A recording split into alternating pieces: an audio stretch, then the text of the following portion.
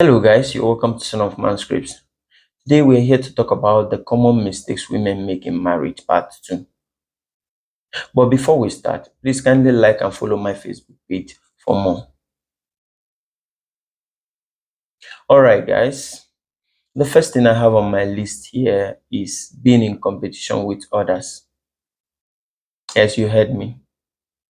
So many women are fond of competing and comparing their situation, their marriage, their lifestyle with other people's marriage. Yes, and it is a very wrong thing to do because most times when you are comparing and competing, what it brings is secret or open competition between the family you are competing with, the person you are competing with, either in your place of work or in your residence or any other place you might find yourself. And this is a marriage, and also not just a marriage killer, a joy killer in marriage, because you're always looking forth to what this person has done or what he will be doing and how to do yours. And it is a very wrong thing to do, I must say. The second thing I have on my list here is making or choosing the wrong friends. Yeah, making and choosing the wrong friend is actually a very wrong thing to do. How do I mean? There are people who are wrong for you. Yes, you heard me. Most women make wrong friends.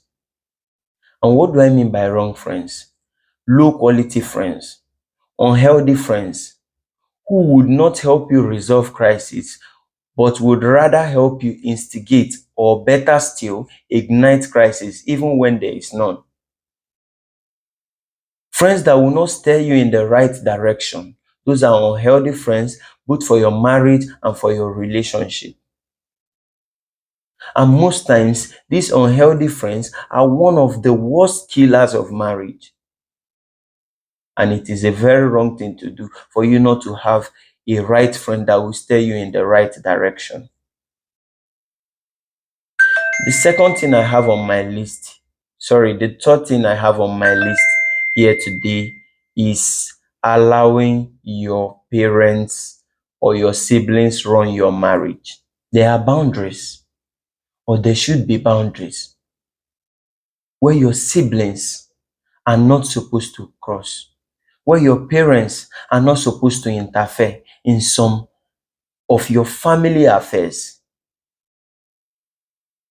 Remember, you are not just getting married because you are physically matured enough to get married, but because you are mentally matured enough to get married and to have a family, and also, most importantly, to run a family. To decide what is right or what is good for you and your husband. So it is a very wrong thing to do to allow your siblings or your parents make decisions or tell you what to do in your marriage simply because you are the last daughter or you are the only daughter.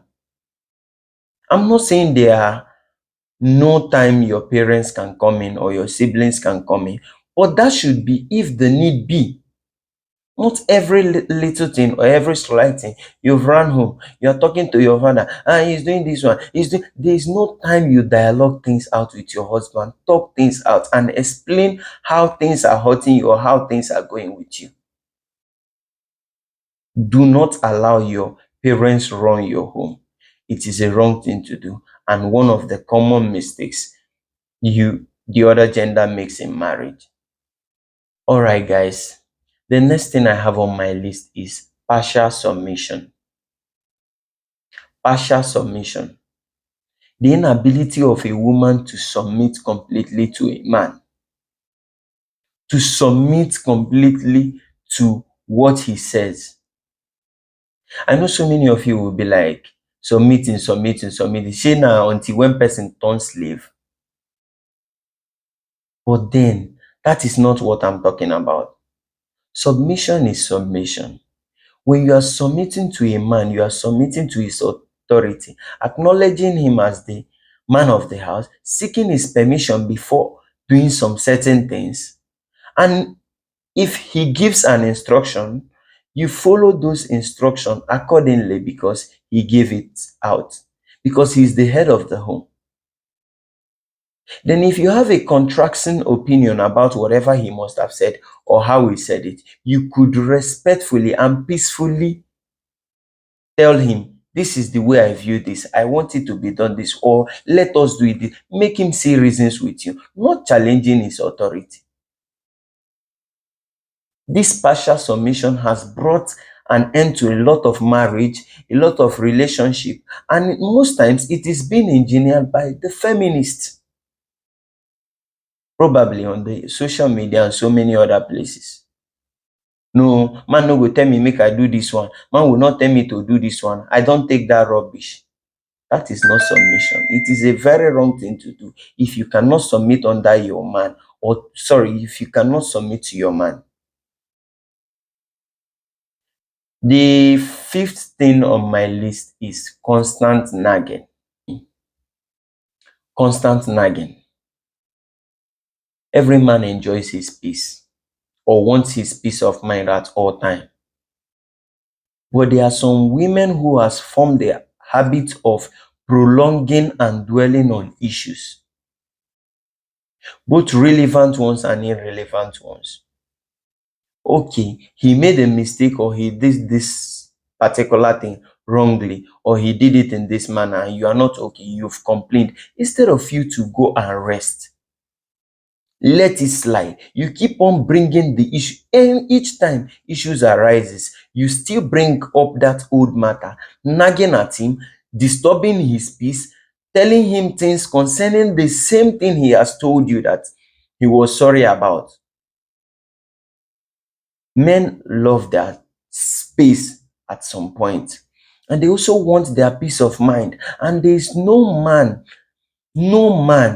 in his right senses that loves nagging.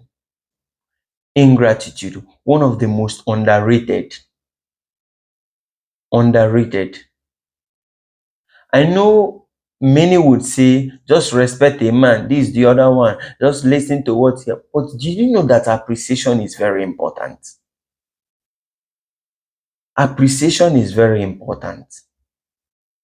I know it is his job to get clothing, food, and shelter for you. But how often do you appreciate him for those things he does?